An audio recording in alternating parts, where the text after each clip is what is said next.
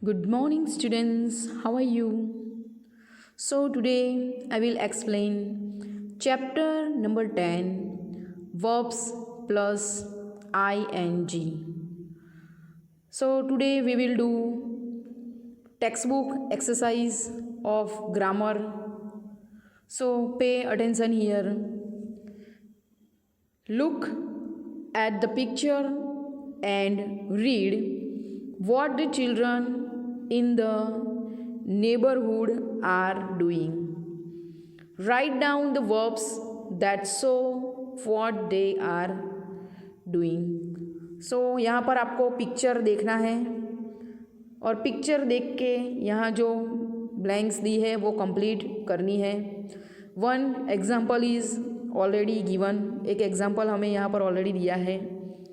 So number 1 में लिखा है रेहान इज़ ईटिंग एप्पल्स. सो यहाँ पर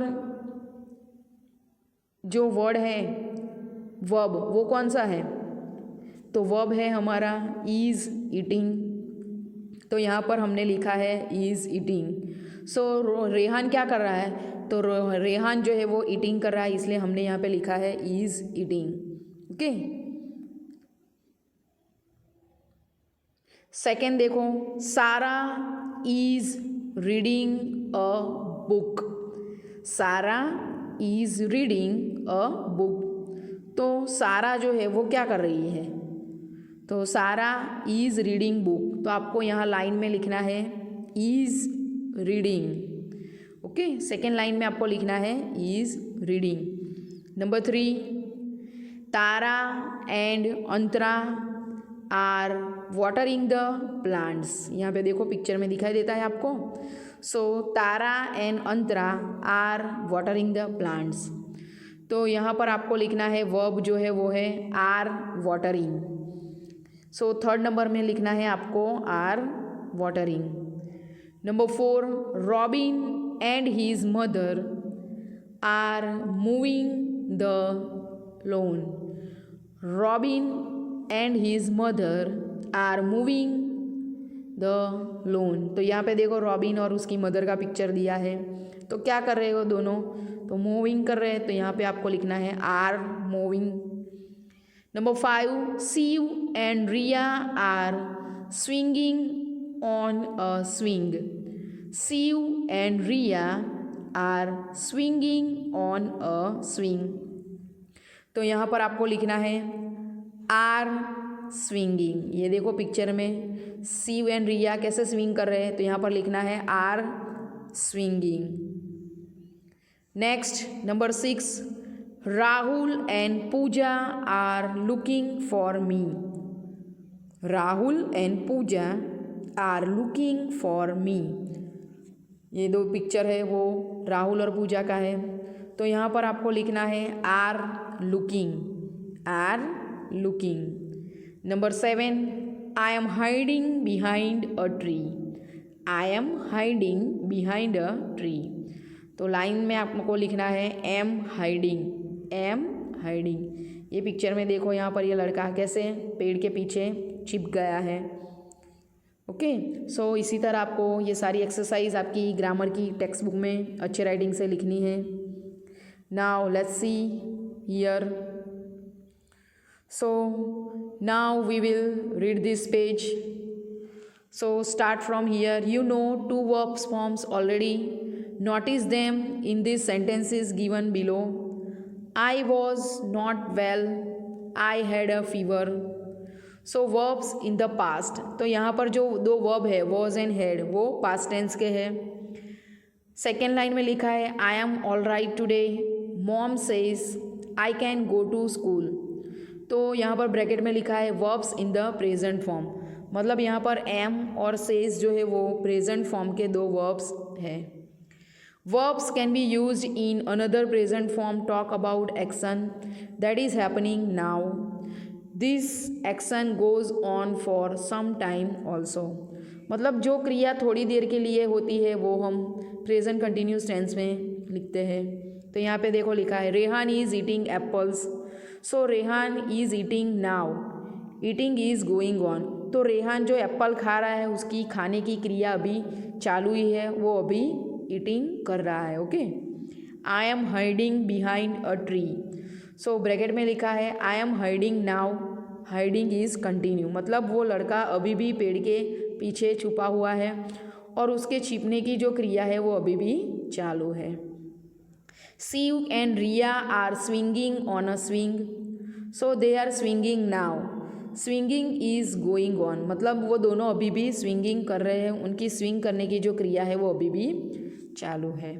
नीचे देखो, this present form has two parts, और प्रेजेंट फॉर्म के टू पार्ट्स है, यहाँ पर बॉक्स में लिखा है इज़, तो यहाँ पे लिखा है ईट प्लस आईएनजी, एम के बाजू में लिखा है heard plus I N G, spelled as hearding, इसे हम रीड करते हैं हर्डिंग, ऊपर जो लिखा है वो है ईटिंग, आर उसके बाजू में लिखा है SWING plus ING means swinging. So rules for adding ING to the main verb, तो यहाँ पर ING कैसे ऐड करते हैं वो सीखना है। For some verbs we just add ING to the spelling, कोई वर्ब ऐसे होते हैं जिनके पीछे हम डायरेक्टली ING ऐड करते हैं। एग्जाम्पल में लिखा है देखो, sing plus ING singing, wait plus ING waiting, sleep plus ING sleeping, meet plus ING meeting. तो यहाँ पर हमने वर्ब के पीछे डायरेक्टली ING ऐड कर दिया है। सेकेंड रूल है देखो, for some verbs that end with E we remove the E and add ING to the spelling. तो यहाँ पर जो स्पेलिंग लिखी है उसमें लास्ट लेटर ई आता है, तो सब में से ई रिमूव कर दिया है और ING ऐड किया है। एग्जाम्पल में देखो, कम COME कम, उसमें से ई रिमूव करके कम के पीछे डायरेक्टली ING लगा दिया है कमिंग। टेक में से ई रिमूव कर दिया है और डायरेक्टली ING ऐड किया तो बना है टेकिंग। उसी तरह यहाँ पर भी वेव में से ई रिमूव किया और डायरेक्टली ING ऐड करने से बना वेविंग। डांस में से भी ई रिमूव कर दिया और डायरेक्ट ING लगाया है तो डांसिंग हो गया। नंबर 3 में देखो, for some verbs where the second last letter is a vowel, last letter is repeated and then ING is added to the spelling. तो यहाँ पर लास्ट लेटर सब में वॉवेल है, लास्ट सेकेंड लेटर जो है वो वॉवेल है, इसलिए लास्ट लेटर को डबल कर दिया है और ING ऐड किया है। फर्स्ट लिखा है PAT पैट, तो सेकेंड लेटर जो है लास्ट सेकेंड वो A है मीन्स वॉवेल, इसलिए यहाँ पर PATT पैट और ING लगाया है तो पैटिंग हो गया है। नीचे लिखा है SWIM स्विम, M के आगे I वॉवेल है इसलिए यहाँ पर M डबल हो गया है, SWIMMING स्विमिंग। रॉब में भी B के आगे O वॉवेल है इसलिए ROBBING रॉबिंग हो गया है। कट CUT कट, तो T के आगे वॉवेल है इसलिए यहाँ पर भी T डबल हो गया है और ING ऐड हुआ है, CUTTING cutting. Okay, now look at here, fill in the blanks using the correct ING form of the verbs given in the brackets। अब हमें ब्रैकेट में जो वर्ब लिखा है उसके पीछे ING ऐड करना है और जो एक्सरसाइज है वो हमें कंप्लीट करनी है। Okay, so let's start with the exercise. Number 1 ए में लिखा है I am learning Tamil. So bracket में लिखा था लर्न के पीछे ING ऐड होगा तो हो गया learning, I am learning Tamil. B में लिखा है Dina is cleaning book shelves, तो ब्रैकेट में लिखा था क्लीन, तो यहाँ पर मैंने ईज लिखा है और यहाँ पर लिखा है क्लीनिंग। ईज क्यों लिखा, क्योंकि Dina is a name of the one person, एक ही व्यक्ति का नेम है इसलिए हमें यूज़ करना है ईज, और वर्ब के पीछे मैंने ING ऐड किया तो हो गया cleaning. C Neeru and Lalita are writing letters. So यहाँ पर आर लिखा है, क्यों, क्योंकि यहाँ पर दो नेम है मीन्स प्लूरल नाउन से इसलिए आर लिखना है। ब्रैकेट में वर्ड है राइट, तो राइट का लिखा है मैंने राइटिंग, पीछे लास्ट लेटर ई था इसलिए ई को निकाल के मैंने डायरेक्टली ING ऐड किया है। डी में लिखा है Laura is taking the books out of the cupboard, तो यहाँ पर लॉरा वन नेम है इसलिए यूज़ किया है इज़। टेक में से मैंने ई रिमूव किया और ऐड किया है आईएनजी, तो हो गया is taking. So Laura is taking the books out of the cupboard. E में लिखा है मैनाक इज़ हेल्पिंग सयान। सो यहाँ पर सिंगुलर नाउन है इसलिए यूज़ किया है मैंने इज़। हेल्प के पीछे आईएनजी ऐड किया है। ओके, सो आगे देखो F. Seema is clapping her hands.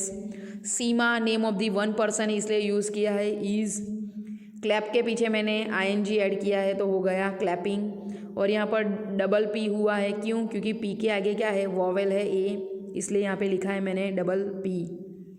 Rishi and Rajan are making posters. So Rishi and Rajan यहाँ पर दो नेम है इसलिए यूज़ किया है मैंने आर। मेक के पीछे ई था, ई को रिमूव करके मैंने लगाया है आईएनजी, हो गया making. So Rishi and Rajan are making posters.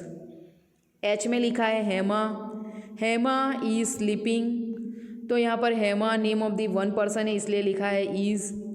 Sleep के पीछे मैंने ऐड किया है आईएनजी, हो गया स्लीपिंग। तो हेमा इज़ स्लीपिंग। आई में लिखा है she is knitting a sweater. She is knitting a sweater. तो सी के साथ मैंने यूज़ किया है इज़, क्योंकि सी जो है वो सिंगुलर प्रोनाउंस है। Knit KNIT knit, knit T के आगे आई जो है वॉवेल है इसलिए मैंने डबल टी लिखा है KNITTING नीटिंग। जे में लिखा है Mrs Masani is teaching Hema. So यहाँ पर name of the one person name है इसलिए यूज़ हुआ है इज़। टीच के पीछे हमने ऐड किया है आईएनजी, हुआ है teaching. So Mrs Masani is teaching Hema.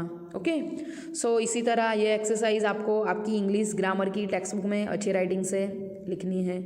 आगे देखो question number 2। Imagine you are watching a cricket match. Describe what is happening in the match by completing this sentences. आपको ऐसे इमेज करना है, मीन्स सोचना है, थिंकिंग भी करना है कि आप अभी क्रिकेट मैच देख रहे हैं। ओके, और उसी के रिलेटेड आपको यहाँ पर जो ब्लैंक्स है वो कंप्लीट करनी है। पिक्चर में भी देखो दिया गया है। ए में लिखा है many people are dash the cricket match. तो फर्स्ट ब्लैंक में आपको लिखना है watching. Many people are watching the cricket match. B में लिखा है द बॉलर इज़ बॉलिंग। तो यहाँ पर जो बॉलर है वो क्या कर रहा है, तो बॉलर जो है वो बॉलिंग कर रहा है, तो यहाँ लिखा है द बॉलर इज़ बॉलिंग। सी में लिखा है द बैट्समैन इज़ बैटिंग। तो बैट्समैन है वो ऑब्वियसली क्या करता है, तो बैटिंग ही करता है, तो यहाँ आपको लिखना है द बैट्समैन इज़ बैटिंग।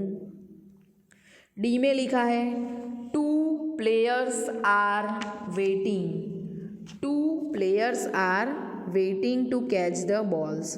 तो यहाँ पर दूसरे जो दो प्लेयर है वो वेट कर रहे हैं कि कब बॉल आए और हम कैच कर ले। तो two players are waiting to catch the balls. आगे देखो next. The umpire is standing behind the wicket. The umpire is standing behind the wicket. तो अंपायर है वो कहाँ खड़ा है, तो अंपायर जहाँ पे जो बॉलिंग करता है वो बॉलर के पीछे खड़ा रहता है और वो विकेट गिरने की राह देखता है। एफ में देखो the other players are fielding the ball is going up in the high and yes a six. So the other players are fielding, दूसरे जो प्लेयर्स है वो फील्डिंग करते हैं, and the ball is going up in the sky and yes a six. और ball जो है वो हवा में चला गया और 6 लग गई। देखो आया समझ में। सो इसी तरह आपको ये सारी एक्सरसाइज जो आपकी इंग्लिश ग्रामर की टेक्स्ट बुक है उसमें अच्छे राइटिंग से लिख के करनी है। Okay, so do this exercise in your English grammar text book with the good hand writing. Okay, thank you students.